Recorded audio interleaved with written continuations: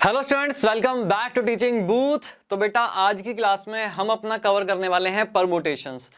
Permutations के जितने भी पॉसिबल केसेस होते हैं वो सभी हम आज की क्लास में बेटा अपना कवर करेंगे। ठीक, स्टार्ट करते हैं अपना परमुटेशंस। आज की क्लास का पहला कंसेप्ट, सबसे पहले परमुटेशन की हम यहाँ पे डेफिनेशन रीड करेंगे। परमुटेशन, भाई यहाँ पे डेफिनेशन क्या गिवन है? Permutation is an arrangement of objects where order of arrangement is important. समझ में आया? नहीं सर, बिल्कुल भी समझ में नहीं आया। सबसे पहले हम बात करते हैं यहाँ पे सिर्फ ऑब्जेक्ट्स तक की। Permutation is an arrangement of objects, इसका मतलब क्या हुआ समझते हैं बेटा। इसका मतलब क्या हुआ, अब मान लो मैंने आपको 3 ऑब्जेक्ट्स दिए, 3 अल्फाबेट्स दिए, ए बी और सी। ये मैंने आपको यहाँ पे दिए, इसको आप ऑब्जेक्ट्स भी बोल सकते हो और ये हमारे अल्फाबेट्स भी हैं। अब मेरा क्वेश्चन आपसे ये है, in how many ways you can arrange these objects. आप कितने तरीके से इन ऑब्जेक्ट्स को अरेंज कर सकते हो? जल्दी बताओ बेटा, ये मैंने आपको पहले भी कराया हुआ है। कितने तरीके से आप इसको अरेंज कर सकते हो? हम इसको ए बी सी, ठीक है, हम इसको और क्या लिख सकते हैं? हम इसको ए सी बी भी लिख सकते हैं, बी ए सी भी लिख सकते हैं, बी सी ए भी लिख सकते हैं, सी ए बी सी बी ए। तो हमारे टोटल अरेंजमेंट्स कितने हो गए? अगर मैं बात करूं कितने वेज में हम इसको अरेंज कर सकते हैं, 6 वेज में टोटल हम इसको अरेंज कर सकते हैं। ठीक है जी, 6 वेज हमारे पास यहाँ पे आ गए। 6 वेज मतलब टोटल नंबर ऑफ अरेंजमेंट्स की अगर मैं बात करूं तो हमारे पास 6 अरेंजमेंट यहाँ पे आ गए। क्लियर? अब देखते हैं डेफिनेशन। अब डेफिनेशन में क्या कह रहा है? Permutation is an arrangement of objects. Permutation is an arrangement of objects. इसका मतलब ये हुआ कि each arrangement is called a permutation. तो ये क्या हुआ? ये एक permutation है, ये भी क्या है? ये भी एक permutation है। तो each arrangement is called a permutation. तो total permutation हमारे पास यहाँ पे कितने हो गए बेटा? 6 हो गए।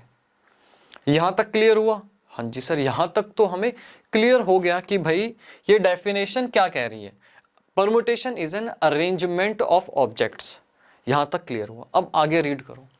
अब ये कह रहा है where order of arrangement is important. अब ये लाइन क्या कह रही है? Where order of arrangement is important. अब इस लाइन को बड़े ध्यान से समझो।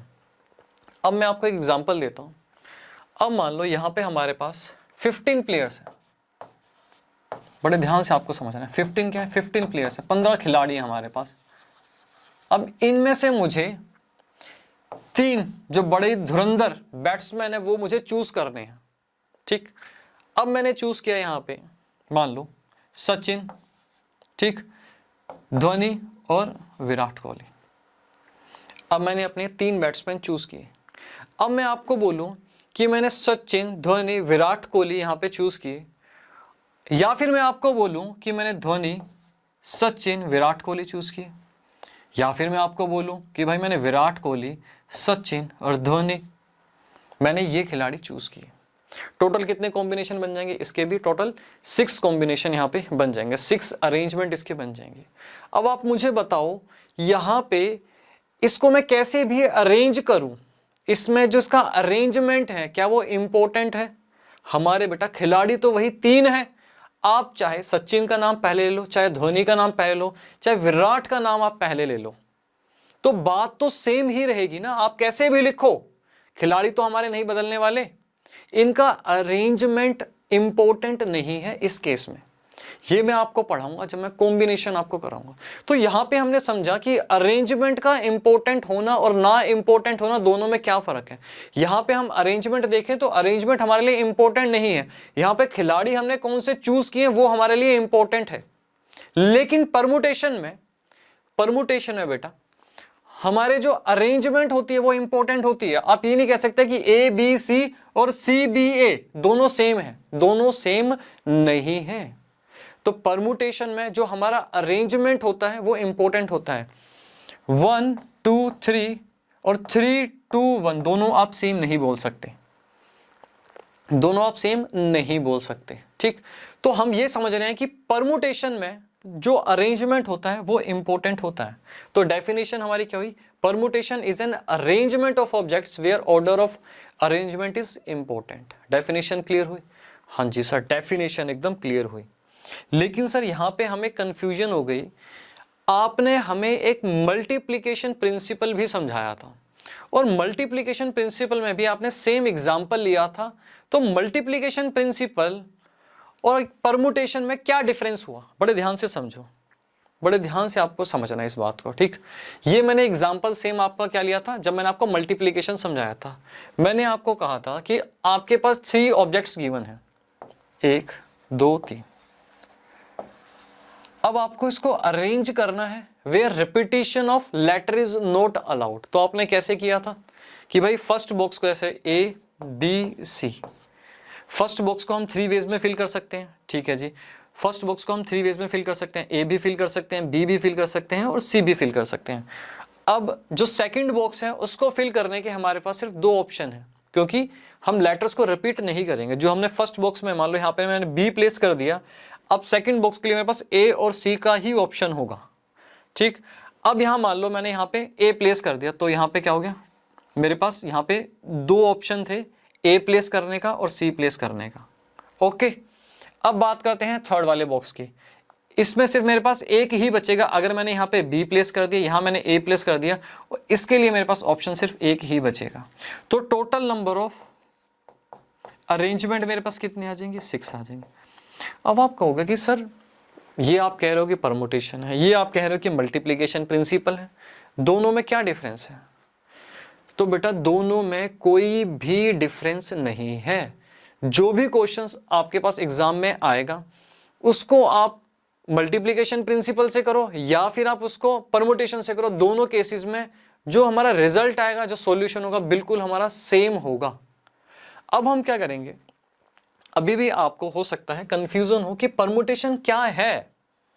अब ये छोटा सा एक एग्जाम्पल है, हम क्या करेंगे, इस एग्जाम्पल को एक बार मल्टीप्लिकेशन प्रिंसिपल से करेंगे और एक बार परमुटेशन से करेंगे, जिससे कि आपको क्लैरिटी मिले कि भाई दोनों में कोई डिफरेंस है कि नहीं है और दोनों की अप्रोच क्या होगी।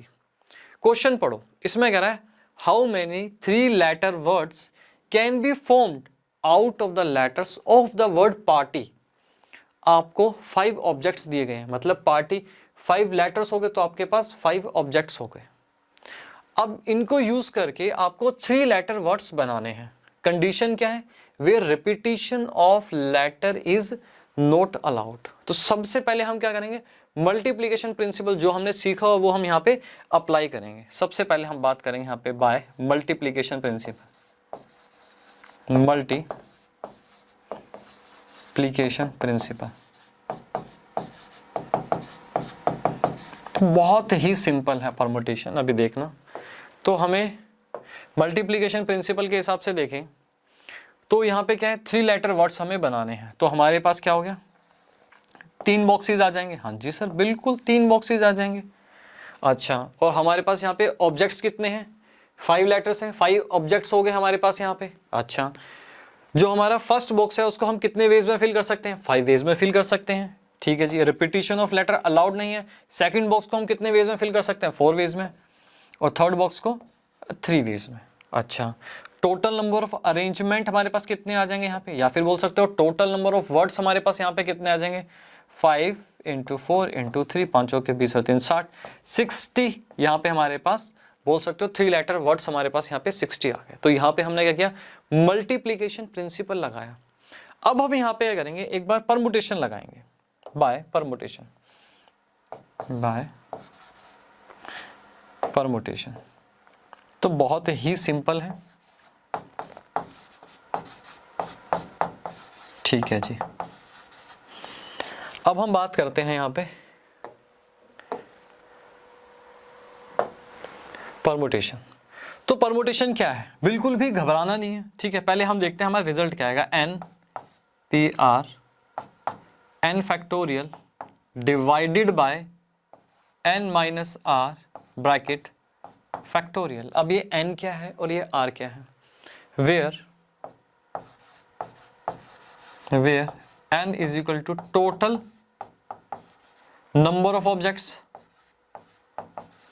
टोटल नंबर ऑफ ऑब्जेक्ट्स अच्छा जी, और आर की अगर मैं बात करूं, आर क्या है? Number of objects taken at a time, number of objects taken at a time, taken at a time, ठीक। अच्छा, अब इसको बड़े ध्यान से समझो, ये क्या है, और बहुत ही इजी है ये, कुछ फार्मूला वार्मूला बेटा कुछ भी नहीं है। आपको लग रहा होगा पता नहीं कौन सा फार्मूला लिख दिया मैंने यहाँ पे, टेकन एट ए टाइम,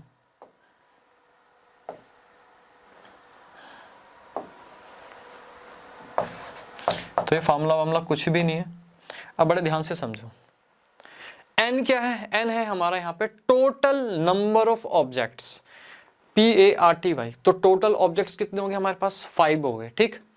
और r क्या है? Number of objects taken at a time, हमें 3 लेटर वर्ड्स बनाने हैं, इसका मतलब 3 letters taken at a time, clear.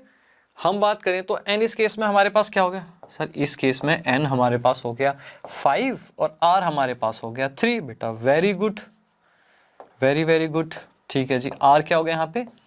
हमारे पास 3 हो गया, तो हम यहाँ पे लिख देते हैं 5। सर आप कर क्या रहे हो, समझ नहीं आ रहा बेटा, पेशेंस रखना पड़ेगा, थोड़ा सा patience. 5 factorial divided bye 5 minus 3 factorial, पहले ये तो चेक कर लो क्या रिजल्ट सेम आ रहा है, उसके बाद हम ये भी समझ लेंगे, बहुत ही सिंपल है। तो हमारे पास यहाँ पे क्या आ जाएगा? 5 फैक्टोरियल डिवाइडेड बाय 2 फैक्टोरियल। अच्छा, अब इसको हम एक काम करते हैं, इसको सोल्व कर लेते हैं। सोल्व करेंगे तो हमारे पास यहाँ पे क्या आएगा, हम करेंगे तो 5 into 4 into 3 into 2 factorial divided bye 2 factorial, 2 factorial से 2 फैक्टोरियल जाएगा, हमारे पास क्या है बेटा? 60 आया। तो टोटल नंबर ऑफ अरेंजमेंट कितने हैं? 60 आए। यहाँ पे भी टोटल नंबर ऑफ अरेंजमेंट कितने थे? 60 थे। हमने मल्टीप्लिकेशन प्रिंसिपल लगाया, हमने परमुटेशन लगाया, दोनों केसेस में रिजल्ट हमारा सेम आया। अब ये सर ये फॉर्मूला क्या कह रहा है और किस तरीके से हमारा 60 आ गया, अब हम ये भी समझेंगे, ठीक है ना। तो रट्टा तो बेटा कुछ भी नहीं लगाना, ठीक। इसको समझते हैं हम। अब ये क्या कह रहा है, अब बड़े ध्यान से समझो, आपको PARTY, यहां पे आपको 5 ऑब्जेक्ट्स दिए गए हैं, हम यहां पे 5 बॉक्स बना लेते हैं, 3 4 5। इन 5 ऑब्जेक्ट्स में से हमें एक बार में सिर्फ 3 ही लेने हैं, क्योंकि हमें 3 लेटर वर्ड बनाना है। अच्छा सर, तो हमें करने हैं सिर्फ ये 3 ही लेने हैं एक बार में, मैंने 3 ले लिए। हमें क्या करना है, यहाँ पे हमारे जो 2 हमेशा लेटर्स क्या होंगे हमारे बच जाएंगे, जैसे कि यहाँ पे हमें, अब जैसे इन 5 में से मैं कोई भी एक ले सकता हूँ, तो यहाँ पे इसको फिल करने के 5 वेज हुए। अच्छा, PA कुछ भी ले सकता हूँ, और यहाँ पे भी मैं, अब मेरे पास, अब मान लो मैंने P प्लेस कर दिया, तो मेरे पास इस वाले बॉक्स को फिल करने के 4 वेज हुए, ठीक है। अब मान लो यहाँ पे मैंने R प्लेस कर दिया, इस वाले बॉक्स को फिल करने के मेरे पास 3 वेज हुए। अच्छा, तो यहाँ पे क्या होगा, 2 लेटर हमेशा हमारे बच जाएंगे जो हमें कंसीडर नहीं करने हैं। क्लियर हुआ? हाँ जी सर, एकदम क्लियर हुआ। हमने मल्टीप्लिकेशन प्रिंसिपल में भी ये किया था, 5 4 और 3, यही हमारा रिजल्ट भी आया था। अब इसको हम एक दूसरी अप्रोच से सोल्व कर रहे हैं, बड़े ध्यान से आपको समझना है। मैंने क्या किया, मैंने कहा अगर मैं यहाँ पे आगे तक चलता तो क्या था, 2 आता और यहाँ पे 1 आता। अच्छा, 5 4 3 2 1, इसको मैं क्या लिख सकता था, 5 फैक्टोरियल लिख सकता था अगर मैं आगे तक चलता। तो मैंने कहा चलो ठीक है जी, यहाँ पे हम 5 फैक्टोरियल लिख रहे हैं, लेकिन हम 3 तक ही चले, उसके आगे तो हम चले ही नहीं। डिवाइडेड बाय, ये 2 है, डिवाइडेड बाय 2 फैक्टोरियल। अब बड़े ध्यान से देखो, इसको अगर आप सोल्व करोगे तो आपके पास क्या आएगा मेरे बच्चे, बड़े ध्यान से देखो, 5 into 4 into 3 into 2 factorial divided bye 2 factorial. तो 2 फैक्टोरियल से 2 फैक्टोरियल कटा, तो आपके पास क्या है, 5 4 3, 5 4 3। तो क्या हुआ, इसको सोल्व करने का एक नया नजरिया है बेटा, परमुटेशन। तो हमने क्या किया, इसको अब एक फॉर्मूले का रूप दे दिया। इसको फॉर्मूले का रूप कैसे दे दिया, हमने कहा भाई 5 क्या है, टोटल नंबर ऑफ ऑब्जेक्ट्स, ठीक है ना। टोटल नंबर ऑफ ऑब्जेक्ट्स कितने हैं हमारे पास, 5 हैं, जिसको हमने नाम दिया n। हमने कहा भैया n फैक्टोरियल। अच्छा जी, और r क्या हमने बोला, number of objects taken at a time, 3 हम ऑब्जेक्ट्स ले रहे हैं। अच्छा, r यहाँ पे हमने कहा 3 ऑब्जेक्ट्स हम ले रहे हैं, तो हमने r को क्या नाम दिया, यहाँ पे हम यहाँ पे बोल सकते हैं r हमारे पास क्या है, 3 है। तो नीचे हमने क्या कहा, n में से r घटा दो, मतलब इन 5 ऑब्जेक्ट्स में से 3 ऑब्जेक्ट्स हटा दो, r हटा दिया तो 2 ही तो बचे। तो बेटा क्या फॉर्मूला आपका बना, 5 factorial divided bye 5 minus 3 factorial. तो रिजल्ट आपके पास क्या है, 5 फैक्टोरियल डिवाइडेड बाय 2 फैक्टोरियल। तो इस फॉर्मूले की डेरिवेशन की कोई नीड नहीं है, आपको समझ में आ रहा होगा ये क्या है। ठीक, तो हमने क्या किया, मल्टीप्लिकेशन प्रिंसिपल को एक नई अप्रोच लेके सोल्व किया। क्लियर हुआ, ये फॉर्मूला क्लियर हुआ। तो बहुत ही सिंपल सा है, 5 ऑब्जेक्ट्स हैं, 5 फैक्टोरियल ले लिया। जो ऑब्जेक्ट्स हमें यहाँ पे 2 ऑब्जेक्ट्स तो हमारे रह जाएंगे हमेशा, वो हमने डिवाइड कर दिए उससे, तो n माइनस r आ गया हमारे पास। यहां तक क्लियर? हाँ जी सर, एकदम बढ़िया से क्लियर। तो यहां पे हमें एक बात तो समझ में आ गई कि मल्टीप्लिकेशन प्रिंसिपल और परमुटेशन में कोई भी डिफरेंस नहीं है। जब मैं आपको एक्सरसाइज कराऊंगा सभी क्वेश्चन हम परमुटेशन से भी करेंगे और मल्टीप्लिकेशन प्रिंसिपल से भी करेंगे। ठीक, फटाफट इसको नोट करो तो बेटा चलते हैं, उसके बाद आगे हम जल्दी नोट करो। नोट कर लिया बेटा, चलते हैं आगे। अब हम इसमें देखेंगे परमुटेशन के दो केसेस क्या हैं, where repetition of letter is allowed और where repetition of letter is not allowed. जो अभी मैंने आपको कराया पीछे वाले एग्जाम्पल में, वहां पे क्या था, repetition of letter is not allowed. जो NPR वाला जो मैंने फॉर्मूला वहां पे लगाया, क्या था वो फॉर्मूला, कब लगेगा, where repetition of letter is not allowed. हमारे पास यहाँ पे अब 2 केसेस हैं, 1 बाय 1 हम दोनों केसेस देखते हैं। सबसे पहले हम देख लेते हैं यहाँ पे विद रिपीटिशन वाला। हाँ जी सर, सबसे पहले आप विद रिपीटिशन वाला केस देख लो। अच्छा, इसको फटाफट क्वेश्चन को क्या करना है, आपको रीड करना है और इसका सॉल्यूशन आपको ही बताना है। How many ways 3 letter words can be formed out of the letters of the word rose. आपको रोज दिया गया है, 4 अल्फाबेट्स हैं, तो आपके पास 4 ऑब्जेक्ट्स हुए। इन 4 ऑब्जेक्ट से आपको, 4 अल्फाबेट से आपको 3 लेटर वर्ड्स बनाने हैं where repetition of letter is allowed. तो आप कैसे बनाओगे, टोटल नंबर ऑफ अरेंजमेंट कितने आएंगे, जल्दी बताओ, टोटल नंबर ऑफ अरेंजमेंट कितने आएंगे। तो यहाँ पे आपको क्या करना है, यहाँ पे आपको ऐसे 3 बॉक्सेस बनाने हैं। अच्छा सर 3 बॉक्सेस बनाने हैं, हाँ बेटा 3 बॉक्सेस ऐसे हमें यहाँ पे बनाने हैं। अब मुझे ये बताओ, जो फर्स्ट बॉक्स है उसको फिल करने के टोटल नंबर ऑफ वेज मेरे पास कितने होंगे। ROS, मैं यहाँ पे R भी प्लेस कर सकता हूँ, O भी, S भी और E भी। तो फर्स्ट बॉक्स को फिल करने के मेरे पास टोटल 4 वेज हुए, और सेकंड बॉक्स को फिल करने के टोटल नंबर ऑफ वेज मेरे पास कितने होंगे, जल्दी बताओ। Where repetition of letter is allowed, तो सेकंड बॉक्स को फिल करने के भी मेरे पास 4 वेज होंगे। अगर मैंने R यहां पे प्लेस कर दिया तो मैं R यहां भी प्लेस कर सकता हूं, क्योंकि repetition of letter is allowed. तो सेकंड वाले बॉक्स को फिल करने के भी मेरे पास 4 वेज हुए, और थर्ड बॉक्स को फिल करने के भी मेरे पास 4 वेज हुए।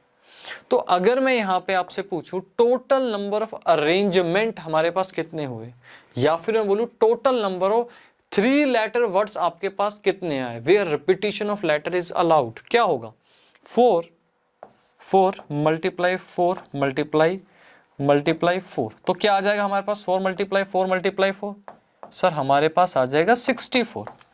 तो 64 क्या हुआ, total number of 3 letter words कितने हुए, 64 हुए। सर एक बात ये बताओ, मल्टीप्लिकेशन प्रिंसिपल में भी आपने हमें ये सेम बात बताई थी कि जब लेटर रिपीट हो रहे हों, ऑब्जेक्ट्स रिपीट हो रहे हों, तो उस केस में हम ऐसे निकालते हैं टोटल नंबर ऑफ अरेंजमेंट। तो परमुटेशन और यहाँ पे मल्टीप्लिकेशन प्रिंसिपल में क्या डिफरेंस हुआ, तो बेटा यही तो मैं समझा रहा हूं, दोनों में कोई भी डिफरेंस नहीं है। अगर आपके पास केस ये वाला आ जाए कि भाई ऑब्जेक्ट को हम रिपीट कर सकते हैं, तो उस केस में आपका सॉल्यूशन ऐसे ही होगा, चाहे आप उसको परमुटेशन का नाम दे लो, चाहे आप उसको मल्टीप्लिकेशन प्रिंसिपल का नाम दो, दोनों केसेस में सॉल्यूशन की अप्रोच सेम रहेगी। आपको ऐसे बॉक्स बना के ही करना होगा। ये बात क्लियर हुई कि विद रिपीटिशन अगर परमुटेशन की बात हो रही है तो उस केस में हमें क्या अप्रोच फॉलो करनी है, जो हमने मल्टीप्लिकेशन प्रिंसिपल में ही समझी थी, सेम अप्रोच हमारी यहाँ पे लगेगी। इसका कोई दूसरा मेथड नहीं है इसको सोल्व करने का। अब हम बात करते हैं यहाँ पे सेकंड वाले केस की विदाउट रिपीटिशन।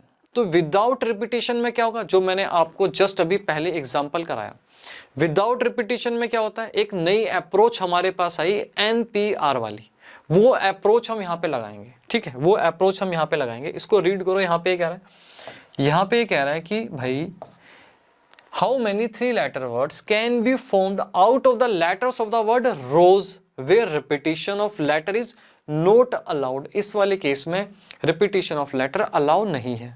तो यहाँ पे क्या लगेगा, जो मैंने आपको पिछला भी एग्जाम्पल कराया था, तो वहां पे मैंने आपको क्या बताया था, सबसे पहले मैंने आपको बताया था कि आपका n क्या होगा, n क्या होगा, टोटल नंबर ऑफ ऑब्जेक्ट्स। और हमारे केस में हमें रोज गिवन है, और रोज में अगर मैं ऑब्जेक्ट्स देखूं 1 2 3 4, टोटल 4 ऑब्जेक्ट्स हैं। तो n क्या हुआ मेरा सर, इस केस में n हमारे पास हुआ 4। तो टोटल नंबर ऑफ ऑब्जेक्ट्स कितने हैं, 4।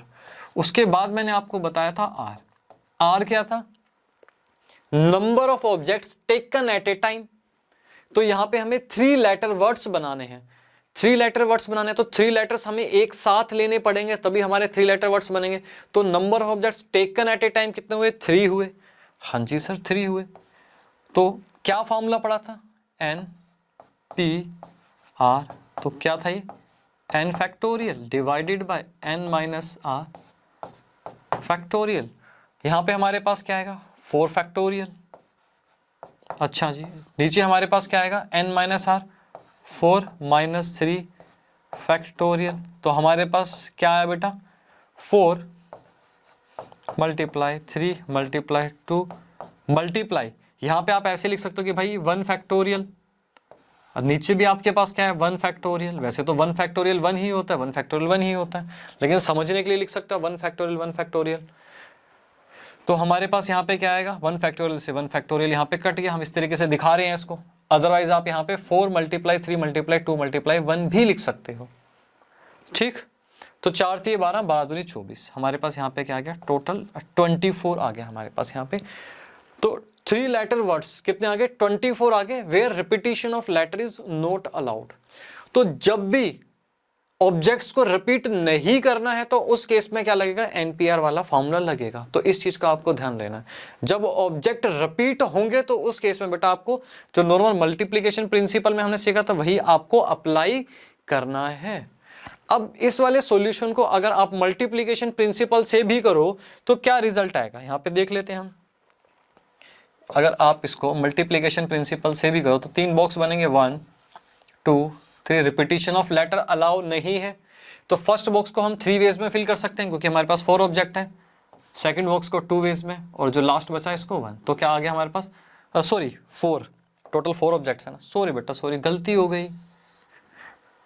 तो फर्स्ट जो बॉक्स है इसको हम 4 वेज में फिल कर सकते हैं क्योंकि हमारे पास 4 ऑब्जेक्ट है, 4 3 और 2 हमारे पास आ जाएगा। तो क्या आ गया हमारे पास, 4 × 3 × 2, 4 3 12 और 12 दूनी 24। तो दोनों केसेस में क्या आएगा हमारा, यहाँ पे रिजल्ट और सॉल्यूशन का एकदम सेम आया। तो यहाँ पे हमने क्या कंसेप्ट समझा कि permutation with repetition, without repetition. अगर विद रिपीटिशन होगा तो मल्टीप्लिकेशन प्रिंसिपल में जो हमने समझा वो अप्लाई होगा, और अगर विदाउट रिपीटिशन होगा तो इसकी 2 अप्रोच हैं, एक परमुटेशन वाली और एक मल्टीप्लिकेशन वाली। दोनों केसेस में सॉल्यूशन हमारे पास सेम होगा। तो यहाँ पे हमने ये समझा, इसको नोट करो बेटा, फिर चलते हैं आगे, जल्दी नोट करो। अब चलते हैं बेटा आगे। अच्छा, तो अभी हमने क्या समझा कि भाई परमुटेशन के 2 केसेस हुए, रिपीटिशन विदाउट रिपीटिशन। रिपीटिशन के केस में सॉल्यूशन क्या होगा, एज इट इज सेम होगा जो हमने मल्टीप्लिकेशन प्रिंसिपल में समझा। तो इसमें तो हमें कुछ नया नहीं समझना, परमुटेशन विद रिपीटिशन में एज इट इज सेम है जो हमने मल्टीप्लिकेशन प्रिंसिपल में समझा था। अब हम जितने भी केसेस कवर करेंगे परमुटेशन के, वो सभी कौन से होंगे, permutation without repetition of object वाले। क्लियर। अच्छा, अब इसमें भी बेटा हमारे 2 केसेस आते हैं, 2 केसेस आते हैं, ये भी हम 1 बाय 1 कवर करेंगे। पहला हमारा केस आता है when all objects are distinct. अच्छा, और दूसरा केस आता है when all objects are not distinct. अब सर ये क्या चीज है, इसको समझते हैं। जैसे कि यहाँ पे हमें रोज दिया गया है, अगर आप रोज के देखो तो 4 ऑब्जेक्ट्स हैं और 4 ऑब्जेक्ट सभी के सभी डिस्टिंक्ट हैं, ROSE, कोई भी सेम नहीं है। क्लियर।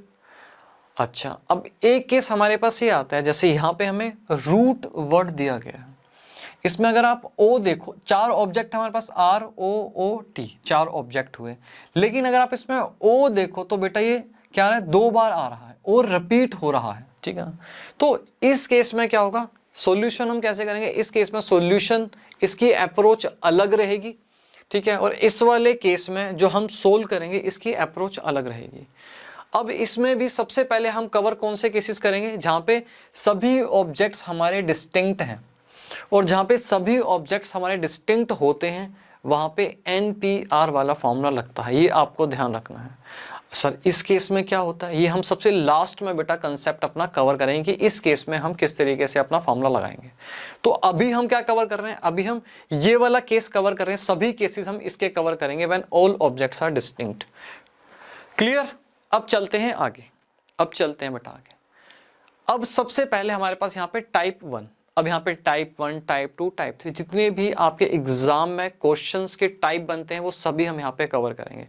सबसे पहले क्या, सबसे पहले if there is no condition in the question, अगर क्वेश्चन में कोई भी कंडीशन गिवन नहीं है तो आप कैसे सोल्व करोगे। अब आप इस क्वेश्चन को रीड करो, क्या है, अगर कोई कंडीशन ही नहीं दी गई तो बेटा क्वेश्चन क्या हो, बहुत ही सिंपल हो गया। तो ये एक सिंपल सी एक टाइप हो गई। जैसे कि क्वेश्चन रीड करें, how many 4 letter words can be formed using the word equation where repetition of letter is not allowed. ठीक है, सबसे पहले हमने देखा, क्या देखा, सबसे पहले हमने देखा कि repetition of letter is allowed नहीं है। यहां से हमें समझ में आ गया कि NP-R वाला फॉर्मूला लगेगा, पहली बात तो ये समझ में आ गई।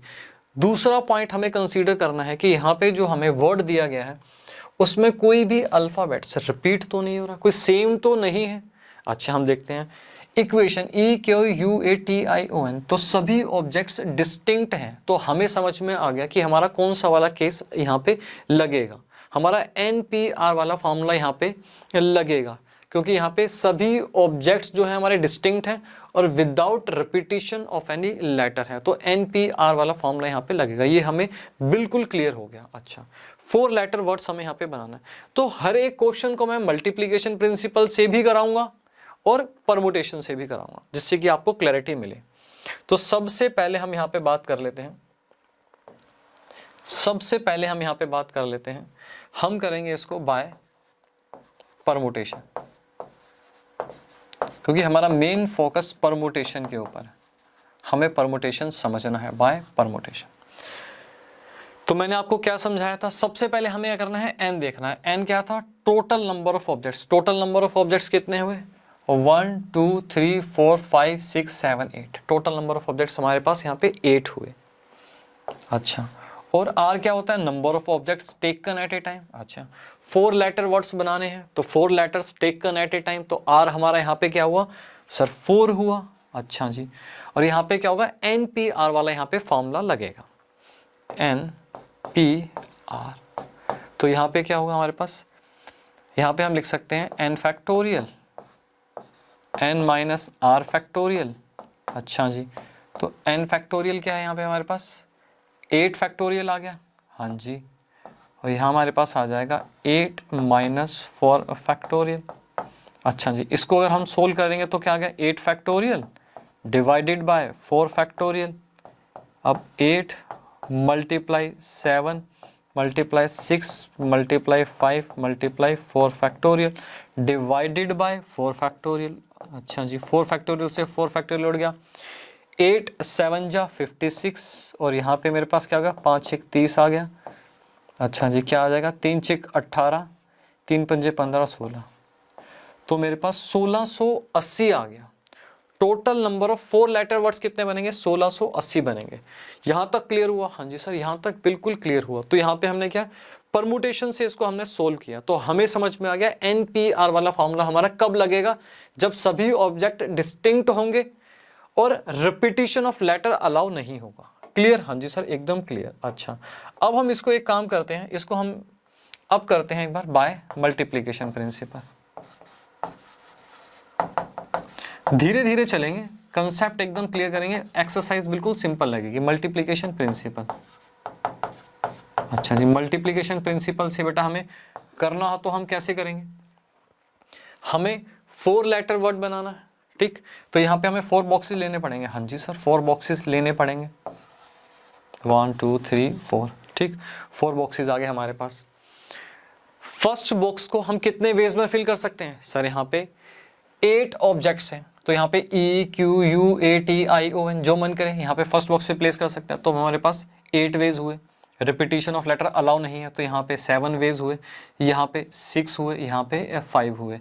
तो मेरे पास टोटल नंबर ऑफ अरेंजमेंट कितने हुए, या फिर total number of 4 letter words कितने हुए, आप देख सकते हो 8 7 6 5, 8 7 6 5। तो सेम ही मेरे पास यहाँ पे रिजल्ट आएगा 1680। तो दोनों केसेस में क्या आ रहा है, मल्टीप्लिकेशन प्रिंसिपल या फिर परमुटेशन, दोनों केसेस में मेरा सॉल्यूशन सेम है। जल्दी नोट करो, फिर चलते हैं बेटा आगे। अब देखते हैं बेटा टाइप 2। अब टाइप 2 क्या है, रीड करो, specific object is not to be considered in the arrangement. अब ये क्या कह रहा है, इसको समझते हैं टाइप 2। आप ये क्वेश्चन पहले रीड करो, फिर आपको एक समझ में आएगा कि टाइप 2 क्या है, क्वेश्चन में क्या बोल रहे हैं। रीड करो एक बार क्वेश्चन, अगर आप रीड करोगे तो यहाँ पे क्या कह रहा है, how many 4 letter words can be formed using the word equation without repetition of any letter provided I should not come in any letter. तो कंडीशन क्या हुई, हमें यहाँ पे इक्वेशन दिया गया, इस इक्वेशन से हमें 4 लेटर वर्ड बनाना है, बट कंडीशन क्या दी गई कि इस 4 लेटर वर्ड में आई नहीं आना चाहिए। तो अब पढ़ो टाइप 2 क्या है, स्पेसिफिक ऑब्जेक्ट, स्पेसिफिक ऑब्जेक्ट क्या हो गया, आई हो गया, is not to be considered in the arrangement. अब 4 लेटर वर्ड्स की जो हम अरेंजमेंट बना रहे हैं उसमें हम उसको कंसीडर नहीं कर रहे। तो इस केस में सॉल्यूशन कैसे होगा, बहुत ही सिंपल है। तो सबसे पहले हमें क्या करना है सर, सबसे पहले हमें हर एक क्वेश्चन को परमुटेशन और मल्टीप्लिकेशन प्रिंसिपल दोनों अप्रोच लेके चलना है। सबसे पहले हम यहाँ पे बात कर लेते हैं बाय परमुटेशन, बाय परमुटेशन। तो परमुटेशन लगाते टाइम NPR वाला फॉर्मूला लगेगा कि नहीं लगेगा, तो हमें क्या देखना है कि भाई विदाउट रिपीटिशन की बात हो रही है और इक्वेशन में कोई भी ऐसा ऑब्जेक्ट नहीं है जो कि रिपीट हो रहा हो, जो सेम हो, इसका मतलब NPR वाला फॉर्मूला यहाँ पे लगेगा। अच्छा क्लियर हुआ सर, बिल्कुल एकदम बढ़िया से क्लियर हुआ। सबसे पहले हम एक काम करते हैं, यहाँ पे आपको कितने ऑब्जेक्ट्स हैं, टोटल 8 ऑब्जेक्ट हैं, जिसमें से आपको आई कंसीडर नहीं करना है। पहले मैं आपको सिंपल सा एक तरीका बताऊं, तो कहने का मतलब आई कंसीडर ही नहीं करना, तो मेरे पास कितने ऑब्जेक्ट बचे सर, 7 ऑब्जेक्ट ही बचे, और 7 ऑब्जेक्ट में से मुझे 4 लेटर वर्ड बनाना है। तो अगर मैं यहाँ पे सीधा सीधा बताऊं तो यहाँ पे ऊपर क्या आ जाएगा, 7 फैक्टोरियल आ जाएगा, जैसे नॉर्मल 8 फैक्टोरियल लिख रहे थे, अब 7 फैक्टोरियल आ जाएगा, क्योंकि हमारे पास यहाँ पे 7 ही अल्फाबेट्स है, 7 ही ऑब्जेक्ट्स हैं। अच्छा, और यहाँ पे क्या हो जाएगा, 7 माइनस 4 फैक्टोरियल हो जाएगा। तो आपके पास सॉल्यूशन क्या हो जाएगा, 7 फैक्टोरियल डिवाइडेड बाय 3 फैक्टोरियल हो जाएगा। तो इसको आप सोल्व करोगे, सॉल्यूशन आ जाएगा। तो ये एक सिंपल सा कंसेप्ट है, लेकिन एग्जाम में आपको कैसे करना है, एग्जाम में आपको कैसे करना है, बात यह है कि प्रेजेंटेशन पर भी तो ध्यान देना है। ठीक है जी, तो एग्जाम में कैसे करेंगे, एग्जाम में हम कुछ इस प्रकार से करेंगे। सबसे पहले हम n की बात कर लेते हैं। n क्या होता है, total number of object. Total number of object कितने हैं, 8 हैं, ठीक। और यहाँ पे आपके पास r क्या है, number of objects taken at a time, sir r 4 है। इस वाले केस में जब कोई स्पेसिफिक ऑब्जेक्ट हम कंसीडर नहीं करते तो हम उसको कैसे सॉल्यूशन रिप्रेजेंट कैसे करेंगे, प्रेजेंटेशन कैसे देंगे, हम देखेंगे n-1 PR। तो इस तरीके से एग्जाम में आपको लिख के आना है, ठीक। तो हमारे पास क्या बचेगा, n-1 factorial divided bye n-1 minus r। तो अगर आप ऐसे फॉर्मूला देखोगे तो लगेगा कि डेंजर, कितना फॉर्मूला डेंजर। तो हमने n-1 कर दिया ना यहाँ पे, क्योंकि हम एक ऑब्जेक्ट कंसीडर नहीं कर रहे, तो हमारे पास 7 ऑब्जेक्ट ही बचे। तो सिंपल सा बिल्कुल लॉजिक है। तो एग्जाम में आपको ऐसे प्रेजेंटेशन इसकी देनी है। तो अच्छा, यहाँ पे हमारे पास 8-1 फैक्टोरियल हुआ। अच्छा जी, यहाँ पे क्या हुआ, 8-1 माइनस 4 फैक्टोरियल।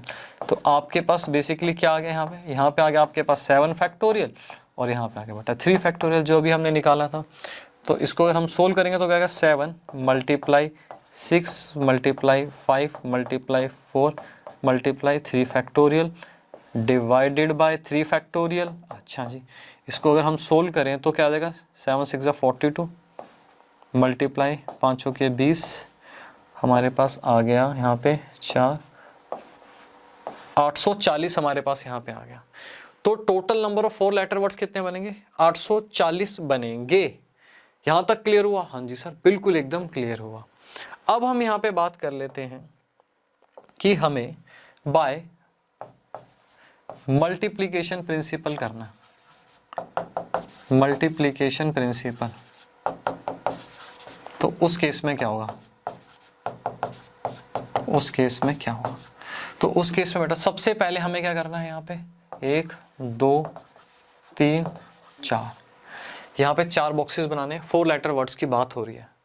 तो फर्स्ट वाले बॉक्स में आप क्या प्लेस करोगे, E Q U A T I करोगे? नहीं, साफ मना है कि भाई आई तो आना ही नहीं चाहिए, या फिर ओ या एन।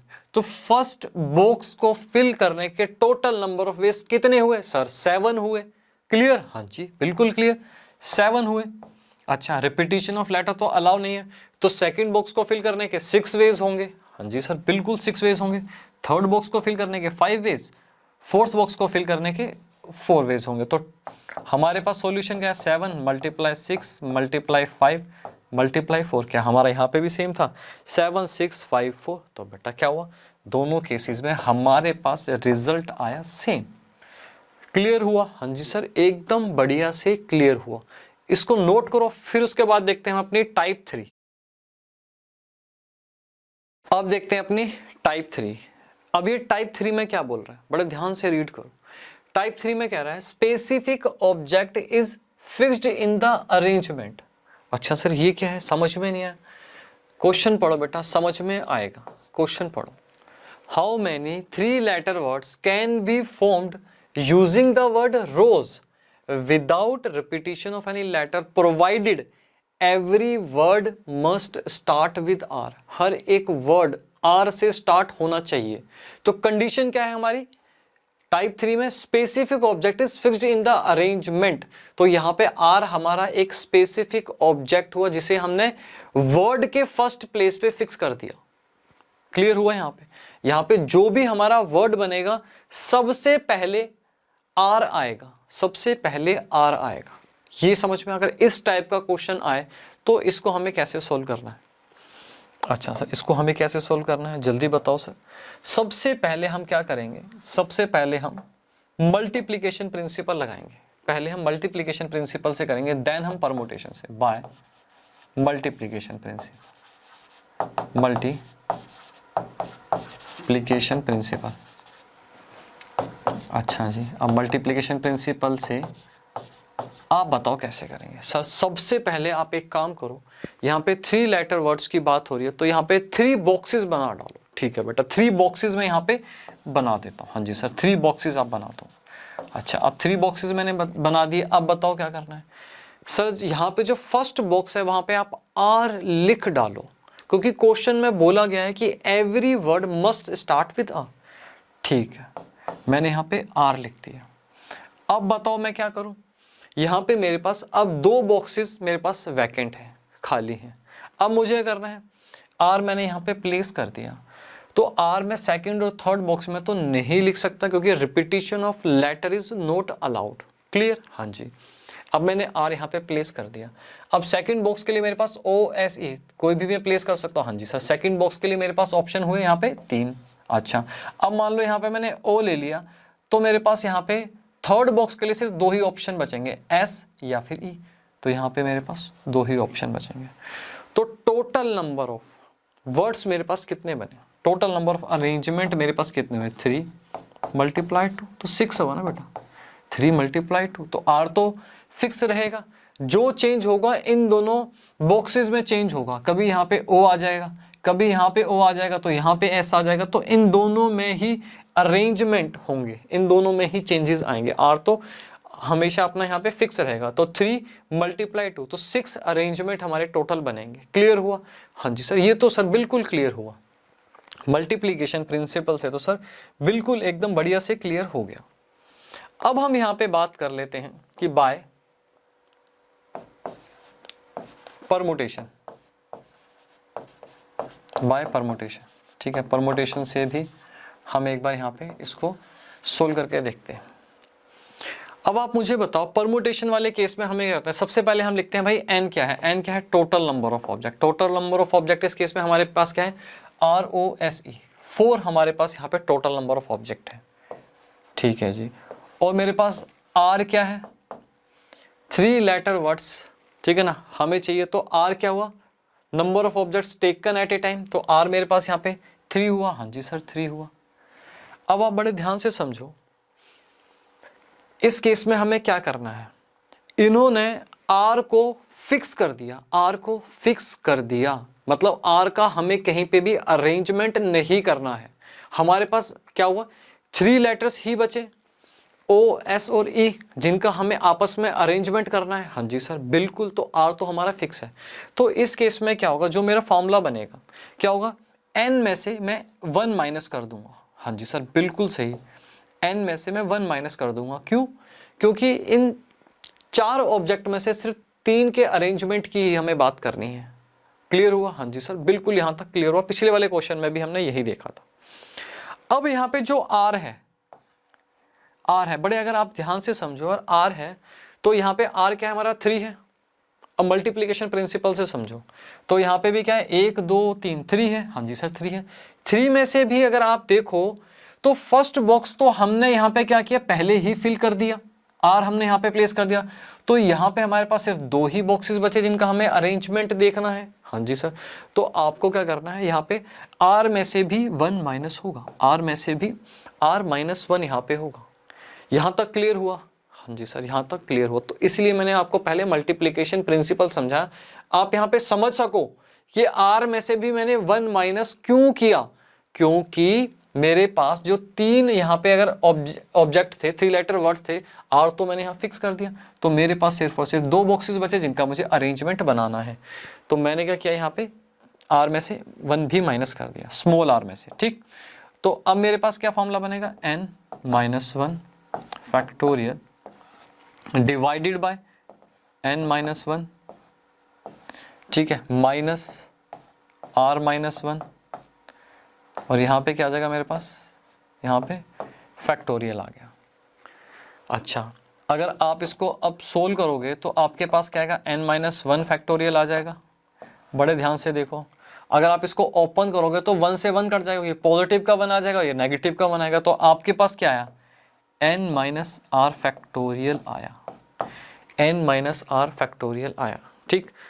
तो इसको अगर मैं सोल्व करूं तो मेरे पास क्या आ जाएगा, यहाँ पे 4 minus 1 factorial, 4 minus 1 factorial divided by n minus R, 4 minus 3 factorial. इसको मैं अगर सोल्व करूंगा तो मेरे पास आएगा 4 मल्टीप्लाई 3 मल्टीप्लाई 4 माइनस 1 3 हो गया ना बेटा, 3 फैक्टोरियल, और यहाँ पे लिख दो 1 फैक्टोरियल, ठीक। इसको करेंगे तो 3 multiply 2 multiply 1 factorial divided bye 1 factorial, 1 factorial से 1 फैक्टोरियल कट जाएगा, तो हमारे पास यहाँ पे 6 आ गया, ठीक। तो इस वाले केस में भी 6 आ गया और इस वाले केस में भी हमारे पास 6 आ गया। तो यहाँ पे आपको समझना है, अगर क्वेश्चन में दिया जाए कि भाई एक स्पेसिफिक ऑब्जेक्ट है जो कि अरेंजमेंट में हमने फिक्स कर दिया है, ठीक, तो उस केस में क्या करना है, n में से भी आपको 1 माइनस करना है और आपको r में से भी 1 माइनस करना है। तो ये सिंपल सा यहाँ पे हमने समझा भाई क्या है, ठीक, क्लियर हुआ। जल्दी इसको नोट करो, फिर आगे चलते हैं, अपनी टाइप 4 देखेंगे। अब देखते हैं बेटा अपना टाइप 4।